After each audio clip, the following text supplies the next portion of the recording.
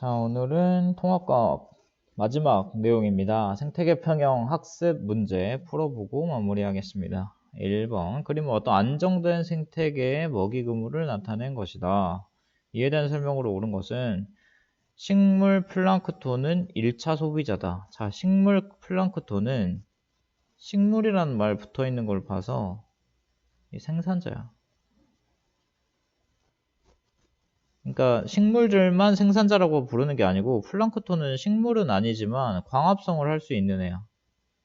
그래서 광합성 생물을 생산자라고 부른다 그랬지? 광합성을 할 수 있는 애니까 식물성 플랑크톤은 생산자여야겠지? 그래서 틀린 말이고. 동물성 플랑크톤이 사라지면 큰 물고기가 사라질 것이다.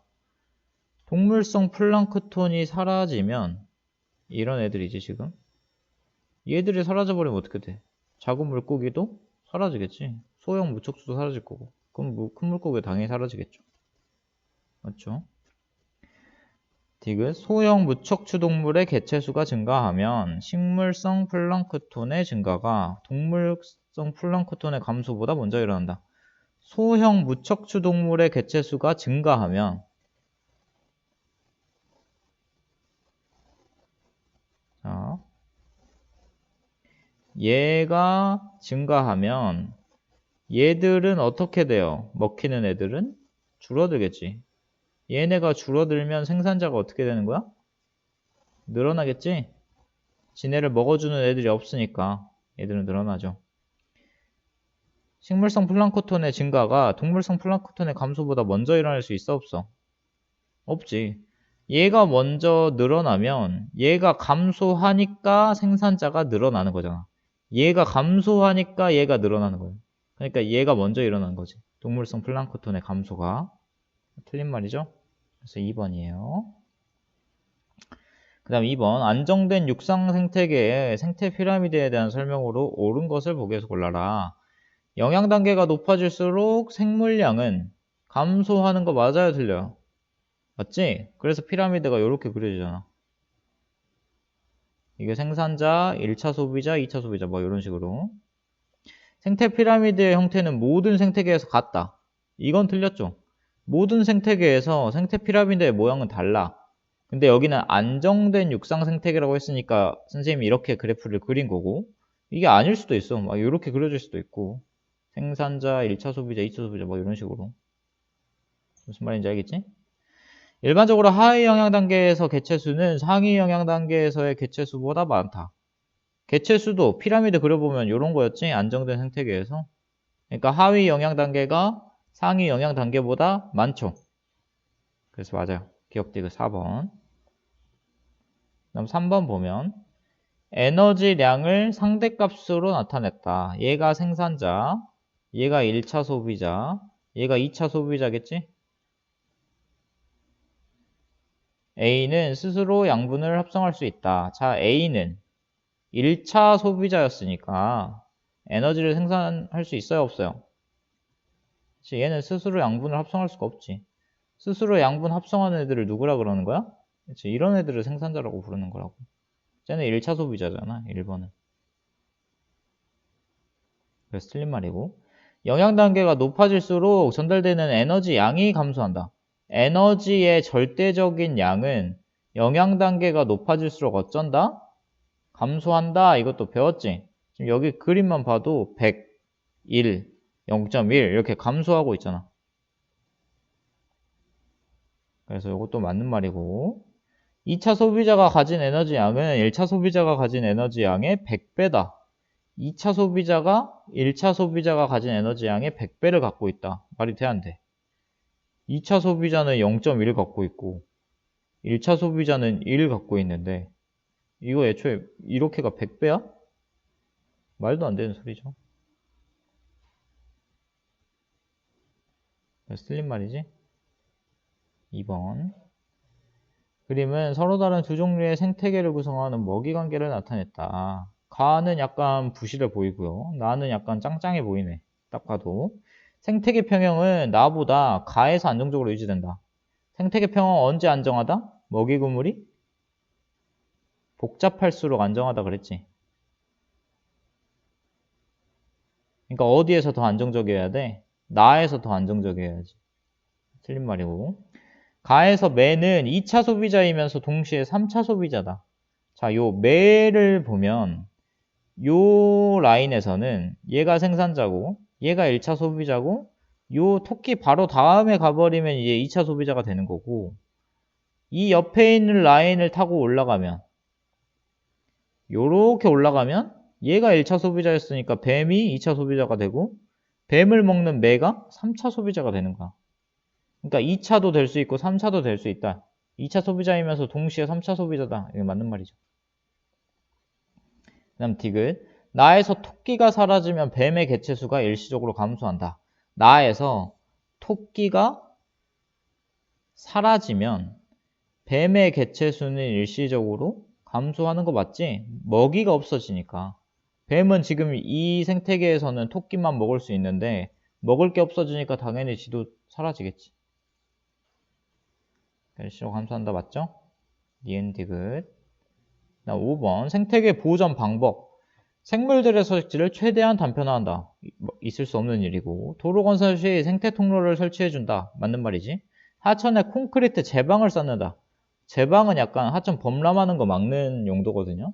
근데 제방을 쌓는 거는 어찌됐건 개발 활동이기 때문에 하천에 쌓으면 안 되고 보존해야겠지. 그래서 니은이고. 6번 외래종인 꽃매미와 황소개구리, 얘 둘 다 외래종이긴 한데 나쁜 외래종이에요.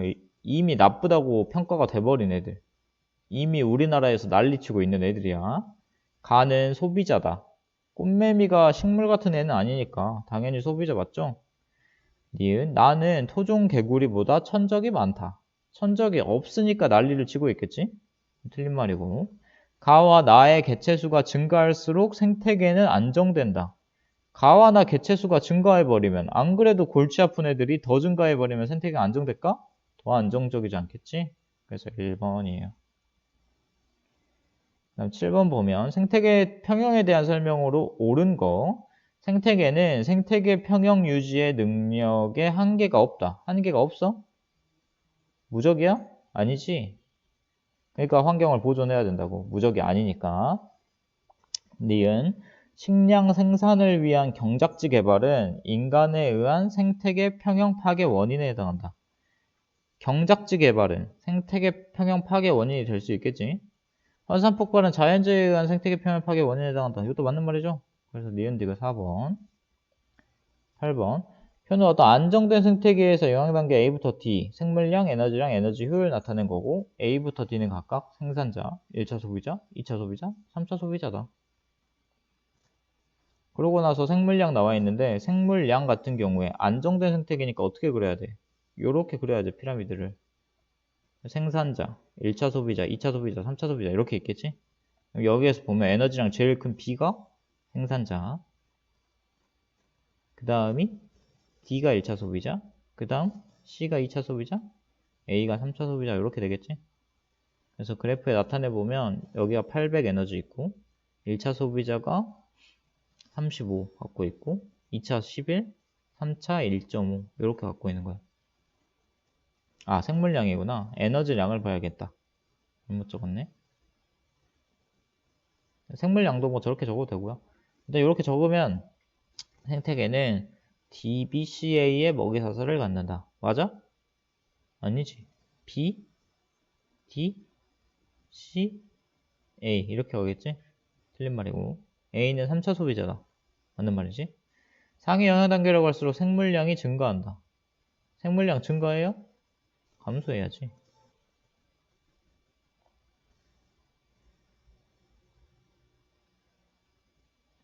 이거 에너지 양은 아무 의미가 없네. 문제에서 아예 안 물어봤네요.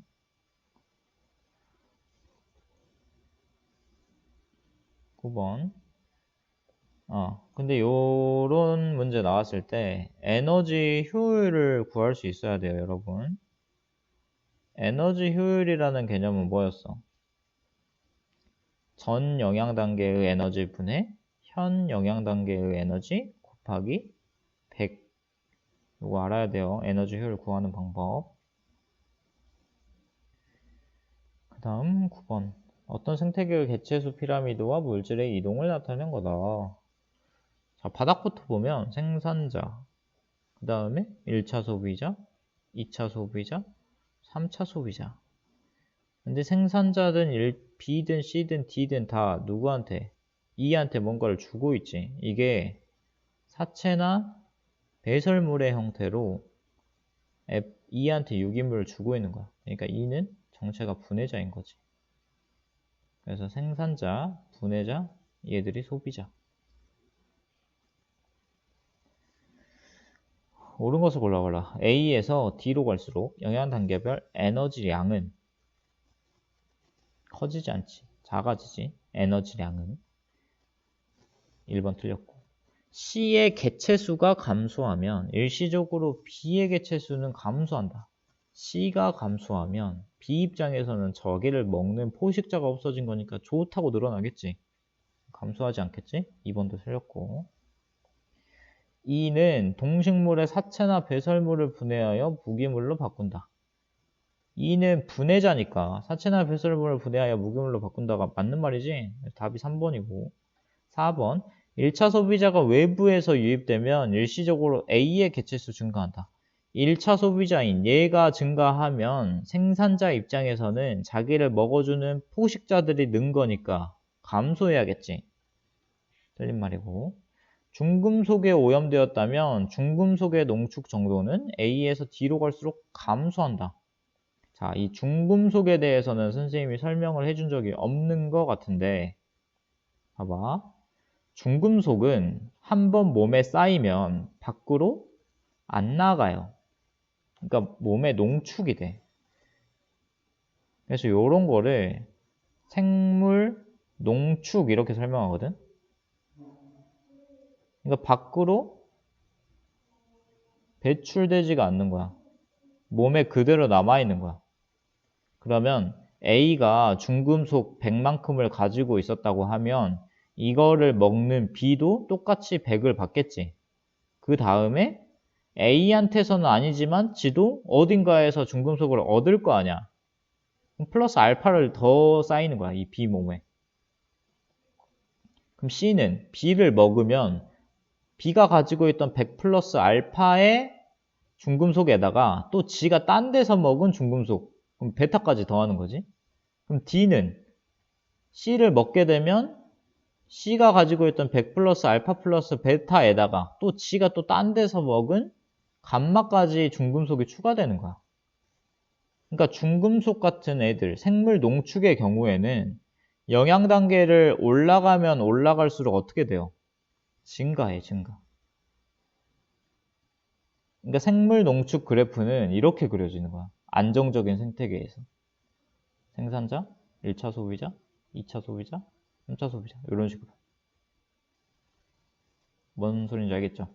이런 경향이 있다는 거지. 그러니까 감소한다가 아니고 이건 증가한다지. 이거 지금 처음 설명해 준 거예요. 어찌됐건 틀린 말이었고. 그다음 10번. 어떤 생태계에서 A부터 D의 에너지를 나타냈고 순서대로 하면 얘가 생산자, 얘가 1차, 얘가 2차, 얘가 3차 소비자겠죠? C는 2차 소비자다 하니까 틀렸지. 1차 소비자죠. 일반적으로 개체수는 누가 많아? 아래로 갈수록 많지? 그러니까 B가 C보다 작아야겠지. 상위 영양 단계로 갈수록 에너지량은 1000, 100, 15, 3 이렇게 가고 있잖아. 에너지량은 감소하는 게 맞지. 티켓이 맞고. 에너지 양 말고 에너지 효율을 구해보면 에너지 효율을 구하라고 했으면 C의 에너지 효율 구해보세요 라고 하면 에너지 효율 구하는 공식이 전분의 현 곱하기 100이었으니까 어떻게 구해야 돼? C 입장에서 전 단계는 생산자지? 그럼 1000분의 G가 가지고 있는 에너지 100 곱하기 100 이러면 되겠지. 그럼 몇 프로예요? C는 10% 에너지 효율을 보이고요. B의 에너지 효율 구해보세요 라고 하면 얘 입장에서는 전이 C고 G가 B니까 곱하기 100 하면 100분의 15 곱하기 100이야. 그럼 얘는 15%의 에너지 효율을 보이는 거고 A는 B분의 A 곱하기 100이니까 15분의 3 곱하기 100인 거지. 그럼 이거 얼마야? 약분하면 5, 20%죠. 그래서 얘는 20%야. 그래서 상위 영향 단계로 갈수록 얘들의 에너지 효율은 증가하는 경향이 있다. 근데 이 에너지 효율은 상위 영향 단계로 갈수록 무조건 증가하는 게 아니고 문제마다 다를 수 있어. 그러니까 요게 증가한다라고 나와 있으면, 보기에 나와 있으면 꼭 이렇게 계산을 해봐야 돼. 선생님처럼. 계산 안 하고 그냥 맞았다고 하면 틀릴 수도 있어요. 어쨌든 여기는 3번. 그러면 우리가 이제 모든 내용이 끝났습니다. 박수! 1년간 아주 고생이 많았어요, 여러분. 이제 통합과학의 내용은 끝입니다. 시험까지 보면은 여러 가지 뭐 활동들을 할 수 있으면 하고 조금 재밌는 시간을 가져보도록 합시다. 알겠어요? 이래놓고 뭐 문제풀이하고 이럴 수도 있는데 일단 좋은 아이디어 있으면 언제든 환영해요. 아이디어 주세요. 그럼 안녕.